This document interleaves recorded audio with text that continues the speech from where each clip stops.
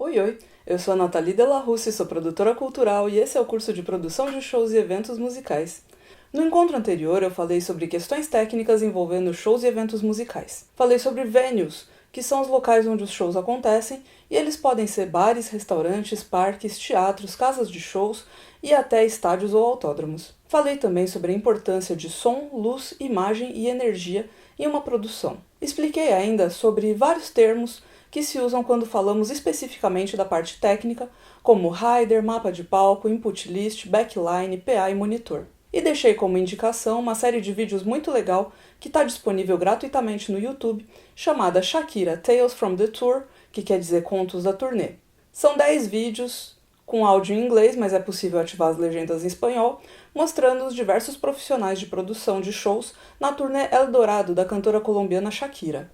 São vídeos de pouco menos de 2 minutos de duração que dão um ótimo panorama sobre a montagem de um mega show. O assunto de hoje é a divulgação. Hoje em dia, provavelmente, o meio mais rápido, prático e eficaz de divulgar um show ou evento é através da internet. De tempos em tempos surgem novas redes sociais que facilitam o processo de divulgação justamente por unir e ao mesmo tempo segmentar grupos de centenas, milhares e milhões de usuários. Facebook, Instagram, Twitter, YouTube, WhatsApp, TikTok, Clubhouse. Mas você já parou para pensar como era feita a produção e a divulgação de eventos há 30 anos atrás? Eu tenho 37 anos, mas eu me lembro muito bem que nos anos 90 não havia internet e não era todo mundo que tinha computador em casa. Eu, por exemplo, não tinha. E havia pessoas que não tinham nem telefone em casa. Precisava ir no orelhão, na calçada, telefonar com ficha. Quem for novinho não deve fazer a menor ideia do que eu tô falando. Mas assim, teve uma época que não só a gente tinha que sair de casa para ligar para as pessoas através do telefone público, em tempos de Covid usar um telefone público no meio da rua é impensável, mas a gente tinha também que comprar fichas telefônicas metálicas e carregar elas numa bolsinha tipo um porta-moedas, e a cada tantos segundos ou minutos a gente tinha que inserir uma ficha nova para a ligação não cair. E eram fichas com valores diferentes para ligação local, interurbana ou internacional. Depois de uns anos, teve a revolução do cartão telefônico. Aí já não pesava e nem ocupava espaço na carteira. E o fax? Alguém lembra do fax? A gente não tinha e-mail, então quando precisava mandar um documento imediatamente para outra cidade, outro estado ou outro país, a gente procurava alguma lojinha ou copiadora e pagava para mandarem o documento por fax. Aí alguns minutos depois o documento chegava onde precisava, numa qualidade sofrível que às vezes não era nem legível.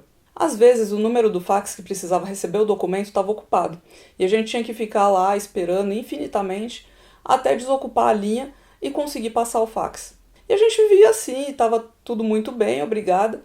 A gente simplesmente não conhecia outra forma de fazer as coisas. Agora imagina ser um produtor de shows e eventos naquela época. Imagina pedir e receber orçamento de show internacional por fax, tendo que escrever à mão no papel ou datilografando, por exemplo.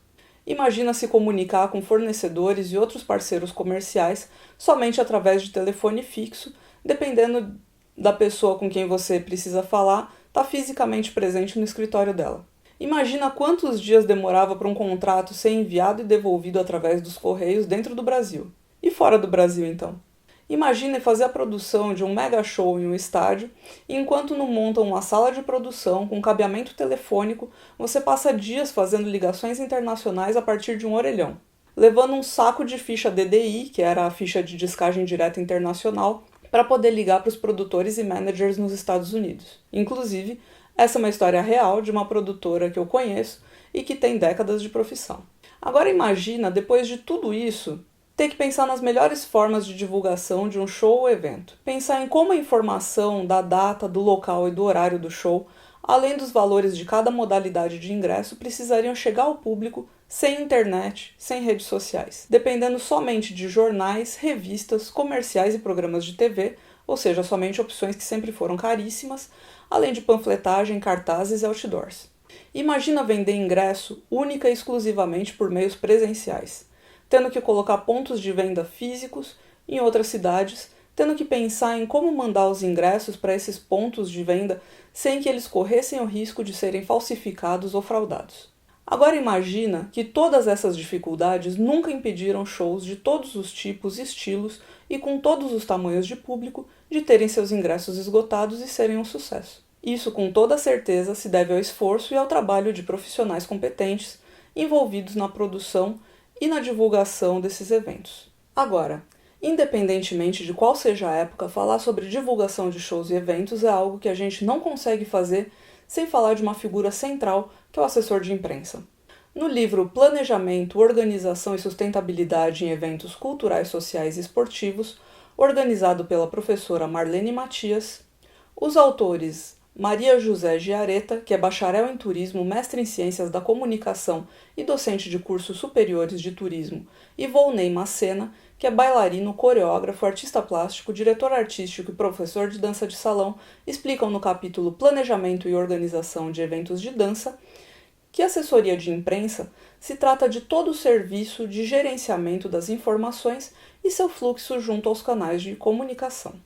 Eles dizem que o trabalho de assessoria vai tratar da elaboração do briefing, que é o relato dos fatos do evento, e abastecer os meios de comunicação com informações atualizadas. A assessoria deve elaborar os press releases, que significa soltar ou liberar a informação para que se torne pública. E os press kits, que é um conjunto de texto, fotos e DVDs com imagens das apresentações a serem apresentadas ou imagens de edições anteriores do evento para sugestões de pauta junto aos meios de comunicação. Organizam as coletivas de imprensa, atendem aos jornalistas dos veículos de comunicação, intermediando a coordenação geral do evento e a comunicação. Esse trabalho deve ainda arquivar toda a informação, que é denominado organização de clipping, que é o mapeamento de matérias veiculadas sobre o evento, para uma efetiva avaliação do evento. O ideal é que todo evento contrate uma assessoria de imprensa, preferindo empresas ou profissionais que tenham um bom relacionamento com os veículos de comunicação e inserção nos programas e cadernos especializados em cultura, entretenimento e cursos. E de acordo com o livro Sou Produtor de Eventos, Diário de Bordo para o Aperfeiçoamento Profissional, escrito por Joel Reis, que é consultor em organização de eventos e gestão de imagem pessoal, mas que começou a carreira como produtor freelancer, a assessoria de imprensa faz o meio de campo com os veículos de comunicação, trabalhando para que o evento seja divulgado por internet, TV, jornais, revistas, rádios. É também responsável por atender os jornalistas no dia do evento. Já no livro Hospitalidade em Shows de Música, escrito pela professora doutora Isaíra Maria Garcia de Oliveira, ela fala sobre as relações e procedimentos de assessoria de imprensa em casas de shows. Ela diz: as relações de hospitalidade que a assessoria de imprensa tem com os outros profissionais da mídia se mostram fundamentais para o sucesso do artista e de seu show de música. Por isso, faz-se necessário descrever com detalhes como se dá esse processo. A equipe de assessoria de imprensa da casa de espetáculos envia para os profissionais da mídia em geral as seguintes informações sobre o show: dias das apresentações ou temporada, horários, local das apresentações, pequeno histórico sobre o artista, cantor ou cantora, informações sobre os músicos e a banda que acompanha o artista, histórico sobre o seu CD, informação sobre quem assina a cenografia, iluminação e a direção do espetáculo, além de informar também quais os tipos de serviços que a casa oferece, tipos de ingressos e preços diferenciados e as melhores vias de acesso para se chegar ao local. Essas informações são direcionadas geralmente via e-mail para os departamentos de pauta de jornalismo das TVs, setor de agenda e entretenimento, jornais, agenda, cadernos de variedades e entretenimento, revistas especializadas regionais ou de grande circulação e sites. O jornalista que recebe tais informações se encarrega de colocá-las na pauta do veículo e publicar as informações de acordo com o espaço físico disponível e conforme a aprovação e interesse do editor do veículo. Geralmente, os jornalistas e imprensa em geral são convidados para o dia da estreia do show ou do espetáculo e são recebidos pela equipe de assessoria de imprensa da casa. Quando há um número grande de jornalistas interessados em realizar a cobertura do show, a equipe de assessoria de imprensa da casa distribui esses profissionais em dias diferentes a fim de atender a todos e evitar o tumulto no dia do show. No máximo, 2 jornalistas representantes de cada veículo são credenciados, conforme o show e a casa de espetáculo. Normalmente, na estreia de qualquer show, a própria assessoria de imprensa da casa avisa antecipadamente aos jornalistas que alguns convidados especiais ou celebridades confirmaram presença e assistirão ao show em questão.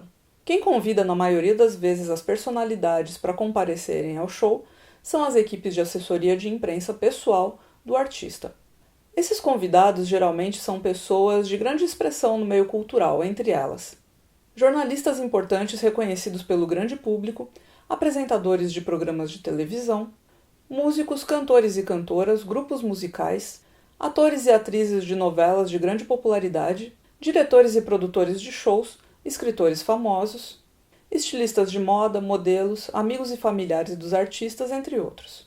Esse tipo de público movimenta a casa de espetáculos, valoriza o artista e sua equipe em questão, gera notícia, divulga e populariza os envolvidos. Tem um livro muito legal chamado Como Arrumar Sua Banda, escrito pela Tassiana Enes, que é uma produtora incrível.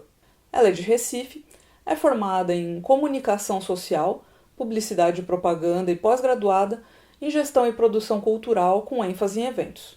Eu participei de um curso da Tassiana em 2016, nós ficamos amigas e hoje em dia a gente troca muitas ideias e muitas experiências sobre produção. Eu vou ler um trecho do livro dela que diz o seguinte sobre plano de comunicação, que também é conhecido como plano de mídia. O plano de comunicação são as estratégias que serão utilizadas para divulgar o projeto musical, CD, show e artista, e a elaboração das ações que as colocaram em prática. Existem profissionais capacitados nessa área que podem desenvolver esse plano, tais como assessoria de imprensa ou assessoria de comunicação, mas no caso da maioria dos artistas independentes, como não possuem verba para essa contratação, então para colocar em prática essa divulgação deve-se listar algumas ações bastante importantes, tais como definir o público-alvo, para saber a quem atingir, quais os canais de comunicação serão utilizados, por exemplo, internet, boca a boca, jornal, TV, rádio, outdoors, e-mails, sites, blogs, elaborar um bom texto para essa divulgação e quanto irá se gastar para esse fim. Já de acordo com o produtor Saulo Mira no livro Showtime, o manual de sucesso do produtor de eventos, o bom plano de mídia é aquele que consegue vender o seu evento.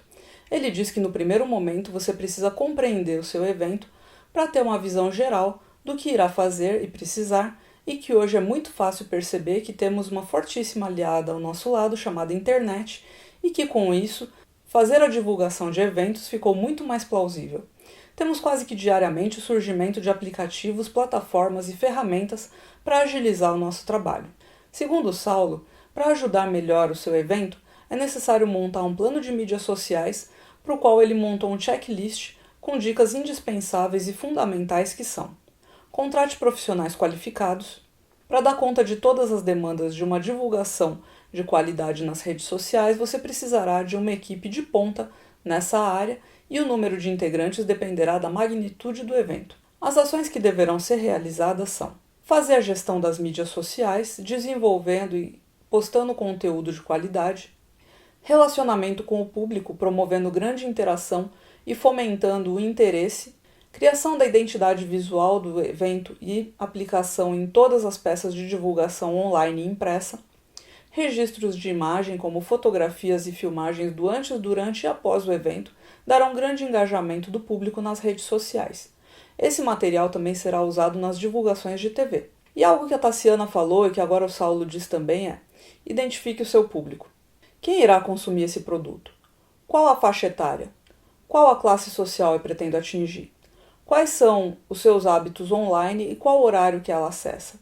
Qual o seu gosto musical? Qual a região que eu pretendo alcançar? Com qual ticket médio eu poderei trabalhar? E aqui nesse ponto, aproveitando esse checklist do Saulo sobre público-alvo, eu complemento com um trecho do livro Como Arrumar Sua Banda, onde a Tassiana Enes também fala sobre a importância do público-alvo. Ela diz: saber distinguir quem é o público consumidor do seu produto cultural e alguns dos seus comportamentos ajuda muito no alcance da divulgação e venda de shows e CD, um universo muitas vezes desconhecido para o artista. Por exemplo, se a faixa etária classifica-se entre jovens e adultos de classe média, talvez um bom lugar para divulgação fosse algumas universidades públicas e privadas, bares e restaurantes no período noturno, ou se a localidade desse consumidor fica num bairro de origem da banda, seria interessante um show nesse lugar. A internet pode ser utilizada mais uma vez através de empresas especializadas em traçar um perfil de consumidor específico e mandar notícias ou propagandas direto para quem possivelmente esteja interessado no seu estilo musical. No livro O Avesso da Cena, do administrador, gestor e produtor cultural Rômulo Avelar, há uma preocupação com esses questionamentos. Abre aspas. Boa parte dos empreendedores brasileiros sequer se pergunta sobre quem é de fato seu público e quais são suas expectativas. Preferem crer que seu trabalho atinge as pessoas de modo indiscriminado, independente de seu perfil socioeconômico ou faixa etária. Imaginam ainda que a escassez de público se deva apenas a fatores de ordem financeira, mas essa visão quase sempre cai por terra quando é feita uma análise mais aprofundada da questão. Fecha aspas. Algumas maneiras de analisar esse público seriam através de um cadastro, ou realizada uma pesquisa, ou até mesmo nas mídias sociais é possível identificar se a maioria dos associados são homens ou mulheres, qual bairro que se destaca, quantos são estudantes, qual a média de idade e outras características. Uma outra dica presente no livro O Avesso da Cena, citado pela Tassiana Ennis, no livro Como Arrumar Sua Banda, seria utilizar algumas estratégias do marketing de relacionamento, como, por exemplo, criar convites personalizados para esse público antes cadastrado, oferecer privilégios como um tipo de promoção para os fãs de Facebook, ou esses teriam permissão de conhecer os músicos no camarim, além de sorteios de ingressos ou CDs. Ações que ajudam a fidelizar o cliente e fazer com que ele se sinta único. E ainda dentro desse assunto, eu queria comentar que em 2011 eu trabalhei na produção de um festival bem grande, que tinha um line-up de bandas e artistas incrível. Eram 3 dias de festival, mais de 20 atrações nacionais e estrangeiras. Teve bastante planejamento na pré-produção, uma equipe de assessoria de imprensa trabalhando incessantemente, desde o início. Chegou o momento de começar a vender os ingressos e a frustração começou. Os ingressos não saíam. Todo dia vinha boletim de vendas e as vendas não subiam. Ainda para piorar, tinham instituído o sistema de lotes de venda onde o primeiro lote é mais barato que o último, que acaba virando mais perto da data do evento. Ou seja, quem não tinha comprado logo de cara não compraria na semana do show, pois já estava anunciado que o preço aumentaria. A assessoria de imprensa estava se matando de trabalhar e nada das vendas aumentarem. Aí chegou num ponto que alguém, numa reunião de equipe, soltou a seguinte frase: "Esse festival tá muito perifa para os playboy e muito playboy para os perifa." Trocando em miúdos, os artistas e bandas do line-up tinham uma base de fãs formada majoritariamente por um público periférico, mas o preço dos ingressos estava muito fora da realidade do poder aquisitivo desses fãs. Já a parcela de público que teria dinheiro para comprar os ingressos naqueles valores e que era fã daqueles artistas não era expressiva em número. E naquela altura do campeonato, não tinha mais como cancelar o festival. Todos os artistas já tinham recebido seu advance, que é a parcela inicial do contrato, as passagens aéreas já estavam compradas, a advogada dos vistos já tinha recebido uma parte do pagamento, fora as taxas consulares, e o preço do ingresso não podia baixar. Ainda se tentou colocar um lote de ingressos num site de compras coletivas, onde se podia comprar 2 ingressos pelo preço de um, mas não fez muita diferença. Somando isso ao fato de que o festival estava agendado para o mês que costuma ser o mais frio do ano, no fim das contas, o público previsto, que seria de 20 mil pessoas por dia, totalizando cerca de 60 mil pessoas em 3 dias, somam menos de 7 mil nos 3 dias. Eu acredito que não haja uma fórmula para se evitar que algo assim aconteça, mas teria valido a pena, antes de se pensar no festival como um todo, encomendar uma pesquisa de opinião, entrevistando pessoas em entradas e saídas de shows e baladas do mesmo segmento do festival, perguntando qual a opinião sobre os possíveis artistas que seriam contratados para esse festival antes que as contratações realmente acontecessem. Assim, por amostragem, seria possível ter uma visão melhor de quem eram de fato os fãs desses artistas. No mais, talvez para um festival que estava acontecendo pela primeira vez, fosse melhor começar menor, tendo apenas 1 ou 2 dias de show em vez de 3. Acredito que teria ajudado também se o festival acontecesse na primavera, por exemplo. Ninguém quer pagar para sair de casa e ficar passando frio a céu aberto. É sempre bom pensar nos mais diversos detalhes. E voltando ao Saulo Mira, no livro Showtime, o Manual de Sucesso do Produtor de Eventos, uma estratégia que ele sugere para a divulgação do seu evento ser bem sucedida é: defina um calendário de postagens. Estrategicamente, será imprescindível estabelecer datas e horários de postagens para cada mídia, garantindo maior engajamento do público. As postagens serão complementos umas das outras e nem sempre será bem-vinda a criação de conteúdo único para divulgá-los ao mesmo tempo em todos os canais. Defina os KPIs, que são os indicadores-chave de performance. Quais serão seus KPIs? Esses indicarão o sucesso do seu planejamento de mídias sociais. O que realmente importa? Um número elevado de confirmações na página do evento, porém sem muitas interações, ou um número menor de confirmados, mas totalmente engajados. Elabore uma identidade coerente e racional. O impacto da identidade é fundamental para transmitir o conceito por trás do acontecimento. A linguagem a ser utilizada precisa ser coerente com a identidade visual que você adotou, pois eventos de entretenimento geralmente pedem um ar de descontração. Palavras ou frases de impacto são sempre bem-vindas. Crie uma hashtag. Quem não gosta de uma hashtag? É praticamente uma unanimidade e por isso devemos utilizá-la sempre. Além de agradar seu público e audiência, elas ajudam demais na divulgação. Basta um simples clique sobre ela para ver todas as postagens relacionadas, as informações relevantes e publicações nos canais oficiais. Crie um evento no YouTube, Instagram ou Facebook. Em meio a tantas crises, o mundo do entretenimento é um verdadeiro camaleão. Atenção! Evite que seu evento seja feito por um perfil particular de um dos membros da equipe. Dessa forma, a divulgação ganha mais força e autoridade. Promover o evento e impulsionar as postagens. Quando falamos de impulsionamento de postagens, devemos utilizar publicações estratégicas nas redes sociais, como, por exemplo, viradas de lotes promocionais, vendas de camarote, área VIP, nova atração artística. Fazer um monitoramento. Aqui o Saulo está falando de uma fase bem constante que deverá ser iniciada em conjunto com a divulgação, que ele chama de verificação, e a verificação só se encerra depois de ter passado o evento. Qual a importância de monitorar? Monitorando, você consegue avaliar se os KPIs estipulados estão sendo atingidos e, consequentemente, se a sua estratégia foi bem sucedida ou precisará de ajustes. E voltando ao livro Planejamento, Organização e Sustentabilidade em Eventos Culturais, Sociais e Esportivos, organizado pela professora Marlene Matias, os autores Maria José Giareta e Volney Macena falam um pouco sobre marketing cultural no capítulo Planejamento e Organização de Eventos de Dança.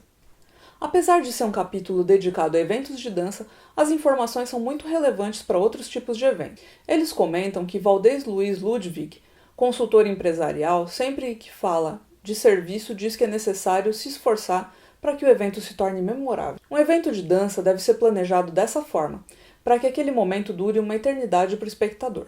Eles ainda citam outros autores nos seguintes tópicos. Marketing é a função do gerenciamento que é capaz de manter contatos com os participantes e visitantes ou consumidores, nos tornando aptos a compreender suas necessidades e motivações, a desenvolver produtos que atendam a essas necessidades e a construir um programa de comunicação que expresse o propósito do objetivo do evento. Esse trecho é de David Watt citando Hall no livro Gestão de Eventos em Lazer e Turismo, de 2004. Marketing cultural é a arte de atingir aqueles segmentos de mercado que têm potencial interesse pelo produto cultural, ajustando a este as outras variáveis do marketing, preço, distribuição e promoção, de modo a colocar o produto em contato com um número suficiente de consumidores e alcançar os objetivos consistentes com a missão da empresa cultural. Esse trecho é de Marcos Cobra, citando Colbert, no livro Marketing do Entretenimento, de 2008. No tópico propaganda, Maria José Giareta e Volney Macena dizem que a propaganda é a atividade paga ou permutada nos meios de comunicação, é a veiculação paga da informação sobre o evento. Geralmente ela envolve todo o processo da elaboração da campanha até a sua veiculação. A diferença entre propaganda e publicidade é que na propaganda o organizador pode escolher o espaço e horários, pois pagará por isso. Enquanto na publicidade a escolha dependerá da pauta da mídia, do poder da assessoria de imprensa e da receptividade do editor. Sobre publicidade, os autores dizem que são as atividades e espaços gratuitos conseguidos na mídia, geralmente pela assessoria de imprensa. São as reportagens sobre o evento, nas agendas de cultura, lazer e entretenimento. Eles ainda falam sobre relações públicas, que trata-se de uma habilitação da comunicação social que busca promover a anuência de determinado produto junto à opinião pública. Trata-se de um esforço para manter uma boa relação entre o público e o seu evento. Complementando essa informação, o Joel Reis, no livro Sou Produtor de Eventos, Diário de Bordo para o Aperfeiçoamento Profissional, diz que o profissional de relações públicas, ou RP, é o encarregado de potencializar os contatos entre os convidados da imprensa e os convidados do promoter. Ele também faz a aproximação entre o cliente e as pessoas importantes para o perfil do evento. Em resumo, podemos dizer que o RP é um especialista em costurar contatos. Voltando para o livro Como Arrumar Sua Banda, a Tassiana Ennis também fala sobre promoção. A promoção está ligada à publicidade e consiste em ações que deverão dar destaque ao produto. Uma boa equipe de assessoria de imprensa promove nos locais certos destaques para um trabalho musical, mas se a banda não tem verba para isso, no momento faça você mesmo. Mande release, fotografia, CD, um press kit, pacote de imprensa, contendo esses e mais algum brinde, ingressos, camiseta, material de merchandising da banda, num formato inusitado para chamar a atenção para os jornais, revistas, programas de TV. A Tassiana diz ainda que uma vez ela viu na internet uma propaganda que um site fez, onde enviava uma caixa fechada com balão com gás hélio dentro, e no momento que a pessoa abria o pacote, esse balão saltava ou voava da caixa com uma frase impressa nela: "O site X está no ar". Ações promocionais criativas com certeza destacarão seu projeto no meio de tantos outros do mesmo segmento. Outra dica seria, durante a divulgação de um show, executar uma ação promocional de desconto para quem se adicionar à página da banda na web, criando-se uma lista amiga que estará disponível na entrada no dia do evento. Além de conseguir um mailing, lista de contatos de seus consumidores, irá criar um buchicho na rede. Albuquerque define promoção. É um composto direto da publicidade e propaganda, mas que também pode envolver relações públicas e assessoria de imprensa, propaganda boca a boca e até venda pessoal. São as ferramentas que você utilizará para promover o seu produto, para torná-lo conhecido. E falando em produto, no livro Produção Executiva, Logística de Shows e Eventos Artísticos, escrito pela professora doutora Isaíra Maria Garcia de Oliveira, ela fala o seguinte sobre artigos de consumo. Em quase todos os shows, seja da própria produção ou da própria casa de espetáculo, são disponibilizados artigos de consumo para venda referente ao espetáculo ou trajetória dos artistas, de CD e DVDs, até camisetas, chaveiros, bolsas, revistas, pôsteres, entre outros adereços. Pense sempre na segurança do público e em que momento isso será comercializado, se antes ou depois do evento. Pois um CD ou DVD que você comprou no início do show, por exemplo, deverá ficar na sua mão o show inteiro, caso você não tenha uma bolsa que comporte o tamanho, e isso pode causar mais desconforto do que imaginamos. Pensando no tipo de público do evento, deduz-se que tipo de artigo será interessante disponibilizar para venda e em qual momento isso será mais adequado para o público. E aí, aproveitando esse gancho sobre artigos de consumo, materiais de divulgação e merchandising, eu queria comentar que uma coisa que virou mania entre os frequentadores de shows e festivais nos últimos 5 anos é colecionar os copos plásticos personalizados onde são servidas as cervejas que eles consomem nos shows. Esses copos geralmente, de um lado, tem a marca da cerveja, que costuma ser um dos patrocinadores do evento, e do outro lado tem a data e nome ou logotipo da banda. As pessoas postam fotos nas redes sociais com o copo na mão, em destaque, e o palco ao fundo, por exemplo. Virou uma mania tão forte que algumas pessoas compram vários e depois colocam à venda na internet entre 30 e 80 reais para quem não conseguiu comprar no show, porque sim, esses copos esgotam antes do show chegar na metade. Eu queria contar também que em dezembro de 2019 eu viajei para outro país para ver o show de um ídolo meu, e na véspera do show eu recebi um e-mail oferecendo um meet and greet com ele. Obviamente, eu não ia desperdiçar essa oportunidade, né? Tinha 2 modalidades de meet and greet, a comum e a com violão autografado por ele. Comprei a comum. Até porque, imagina ficar viajando com violão dentro de uma caixa de papelão ou ter que gastar com um case ou bag para carregar o violão de maneira segura no avião, no trem, etc. Chegando na porta do show, eu recebi uma credencial exclusiva, comprei 2 camisetas do show que, dobrando direitinho, couberam na minha bolsa. E quando eu encontrei meu ídolo, conversamos, tiramos uma foto, que ficou linda, e ele me deu uma palheta, fiquei super feliz. De repente ele se vira para uma mesa, assina um pôster, num tamanho não convencional, tipo maior que uma folha A3 e menor que uma folha A2, e entrega para mim. E eu fiquei tipo, é sério que eu vou passar o show da minha vida, na pista, segurando um pôster que corre o risco de amassar, de rasgar ou de alguém derrubar cerveja nele? Eu não podia dobrar, não podia enrolar, porque eu ia ficar segurando o rolinho do pôster, minha mão ia suar, aquilo já ia estar virando um transtorno para mim durante o show. Mas por sorte, eu fiz amizade com um casal de chilenos lá no show, e o rapaz ofereceu de guardar o meu pôster junto com o dele e o da esposa no carro deles, que estava parado do outro lado da rua. Ainda bem, foi um alívio. Peguei na saída perfeito, sem nenhum amassado.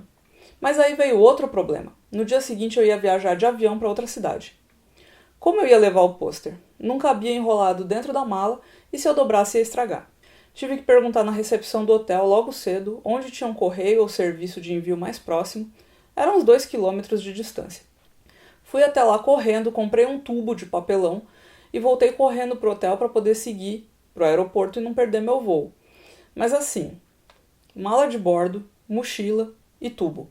E o medo de esquecer o tubo em algum lugar ou de alguém pegar quando eu estivesse distraída, porque eu prendi o tubo na minha mala com um elástico.